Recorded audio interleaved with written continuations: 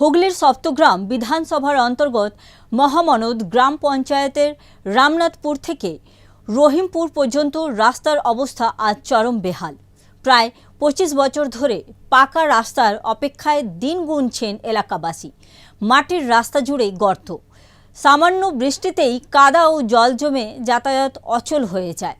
গ্রামবাসীদের অভিযোগ, বাজারে যেতে সমস্যা, অসুস্থ হলে হাসপাতাল পৌঁছানো কঠিন, শিশুদের স্কুলে পাঠাতে চরম দুর্ভোগ। বর্ষাকালে পরিস্থিতি আরও ভয়াবহ। মহিলারা হাঁটু পর্যন্ত কাদা মাড়িয়ে চলাচল করেন, শিশুরা মাথায় স্কুল ব্যাগ আর হাতে জুতো নিয়ে স্কুল যায়।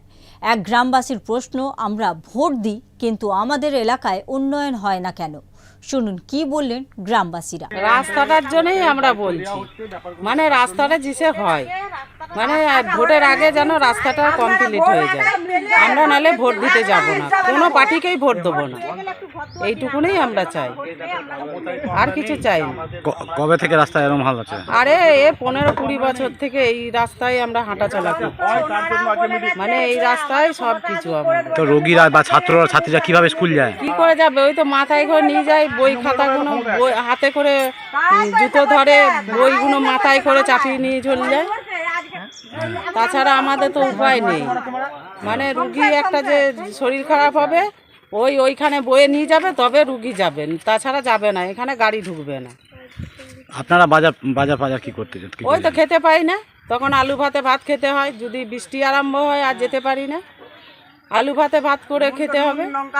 হ্যাঁ, নাহলে যেতে পারবো না। কাপড় তুলে তুলে কে রামনাথপুরে যাবে বাজারে, যে বাজার করে পড়ে হড়ে আসবে? রহিমপুর এলাকায় রাস্তার সমস্যাটা সবথেকে বেশি হচ্ছে। রাস্তার সমস্যার জন্য আমাদের বাড়িতে যে সমস্ত রোগীরা থাকে তারা নিয়ে যেতে পারা হয় না হসপিটালে। আর বিশেষ করে আমাদের রাস্তার জন্য ছেলেপুলেরা ঠিক মতন স্কুলে যেতে পারে না, পড়াশোনা ঠিক মতন হয় না। আর রাস্তার জন্য আমাদের যেসব তো গর্ভবতী সব মহিলার যেসব থাকে তারাকে মোটামুটি রোডে নিয়ে যেতে মোটামুটি 2 কিলোমিটার হাঁটিয়ে নিয়ে যেতে হয়। আর বর্ষা অবস্থা হলে তারাকে খাটে করে নিয়ে যেতে হয়। সেই জন্য আমাদের ডেলিভারি প্রচণ্ড অসুবিধা হয়। ডেলিভারি পেশেন্ট তো খুব সমস্যা। তাহলে কি ধরনের সমস্যা ডেলিভারি সমস্যা? যেমন কারো পেটে ব্যথা উঠে তখন তাকে তাড়াতাড়ি নিয়ে যাওয়া হয় না, সেই জন্য কারো নষ্ট হয়ে যায়, ক্ষতি হয়ে যায়। সেই জন্য হ্যাঁ, আমারই যেমন হয়েছে। আমার বউটা যেমন নষ্ট হয়ে গেল, বাচ্চাটা। কি নাম বউ? বৃষ্টি বাউলা। তোমার নাম? চণ্ডী বাউলা। কি হয়েছিল? পেটে ওই ব্যথা উঠেছে ডেলিভারি অবস্থায়, গাড়ি সময় আসেনি, আর গাড়ি আসতে পারেনি, সেই টাইমে ঠিক নিয়ে যেতে পারিনি। তার জন্য রুগীরা রাত্রিরে কিছু হলে নিয়ে যেতে পারে না। রাস্তাঘাটের জন্য 1 হাঁটু করে জল দাঁড়িয়ে দেয়, মোটর সাইকেল যায় না, সাইকেল যায় না, হেঁটে হেঁটে কাপড় তুলে দোকান যেতে হয়। বুঝতেই তো পারছেন রাস্তার অবস্থা। আর আমরা একটু ঘর দুয়ার কিছু পাই না, না একটা তিরপল দেয়, না একটা ঘর দেয়। ওই তো ঘরগুলোর অবস্থা দেখবে, আমাদের কত বিপিএল লাইনে ঘর পেয়ে যাচ্ছে, আর আমরা কেন পাবো না? ভোটের বেলায় তো ঠিক চলে আসছে, এসে ভোটটা নিয়ে চলে যাচ্ছে, তাই তো? তখন বলছে না যে ডিবিসির জায়গা, এখন বলছে ডিবিসির জায়গা, তাই তো? তাহলে লাইনে বিপিএল লাইনে শুধু সামনে বাঁধগুলো ঢালাই করে দিচ্ছে, বাঁধগুলো ঢালাই হচ্ছে, তাহলে আমাদের কেন হবে না? হ্যাঁ, তৃণমূলের লোক ভোটের বেলায় ঠিক চলে আসছে, ঠিক আছে? রাস্তাটা ভোটের আগে করে দিন, তারপর আমাকে তুলে নিয়ে যায়, তাই না? তাহলে ভোটটা কি ওর বাবারা দিয়ে ভোটে তুলছে ওরাকে, আর আমরা কি এখানে কিছুই করি না? হ্যাঁ, আমরা তো ভোট দিই, ভোটের বেলায় ঠিক চলে যাচ্ছি ভোট দিতে, আর কেন রাস্তাঘাট দেখবে? এরকম রাস্তা দেখে আসছে? ও বাবা, রাস্তা আমার জ্ঞান হয়ে অব্দি রাস্তা দেখে আসছি একই। তার মানে আমার বয়সটা এখন কত হবে বলো? আমার মেয়ের 19 বছরে বিয়ে দিয়েছি, আবার ধরো আমার বয়সটাও দেখতে হবে, আমার ছেলের 18 বছর বয়স হয়ে গেল। তার মানে আমার এখানেই বাপের বাড়ি, এখানেই আমার সব কিছু। কি নাম আপনার? আমার নাম রেখা। রেখা কি বাউলা। কোথাকার বাসিন্দা? এই তো কোটালপুর। কোন পঞ্চায়েত? এই তো এই পঞ্চায়েত মানাদ। কি অবস্থায় বাস করি জানো? জামাই মেয়ে নিয়ে একটা বাড়ির মধ্যে, আবার এই রাস্তাঘাটের জন্য তারা মানুষ মরেই যাবে। একটা ডেলিভারি পেশেন্টকে নিয়ে গেলে হেঁটে হেঁটে নিয়ে যেতে হয়। আমার যে মেয়েটাকে নিয়ে এসেছিলাম আমি, হেঁটে হেঁটে নিয়ে গেছি সে বাজারে। তাহলে বাচ্চাটা যদি রাস্তাঘাটে হয়ে যায়, তাহলে তাদের কি চোখ নেই? দেখতে পাচ্ছে না? ভোটের বেলায় ঠিক দেখতে পাচ্ছে। হ্যাঁ, তাহলে কি এগুলো কি ভালো? একটা বই দেখো এইখানে দাঁড়িয়ে ছিল, ওরে বাচ্চা নষ্ট হয়েছে।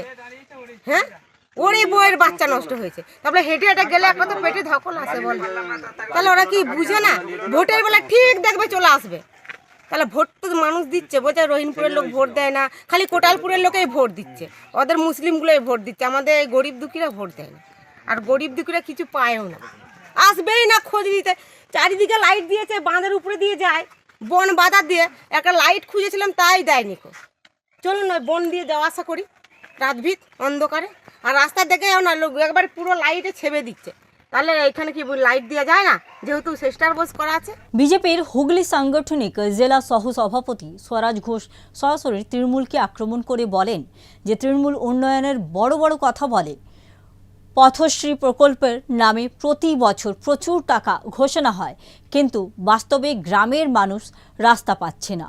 তার দাবি, এই রাস্তায় মোটরসাইকেল বা সাইকেল তো দূরের কথা, পায়ে হেঁটে পর্যন্ত যাওয়া কঠিন, এমনকি অ্যাম্বুলেন্সও ঢুকতে পারে না।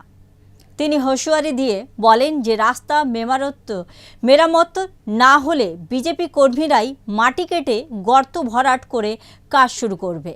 অন্যদিকে জেলা পরিষদ চেয়ারম্যান রঞ্জন ধারার কাছে জানতে চাওয়া হলেও কোনো প্রতিক্রিয়া মেলেনি। প্রশ্ন উঠছে, উন্নয়নের ঢাক বাজলেও গ্রামের মানুষ কি শুধুই প্রতিশ্রুতির কাদা মারিয়ে চলবে? এরকম খবর দেখার জন্য দেখতে থাকুন সুদর্শন বাংলা। জয় হিন্দ।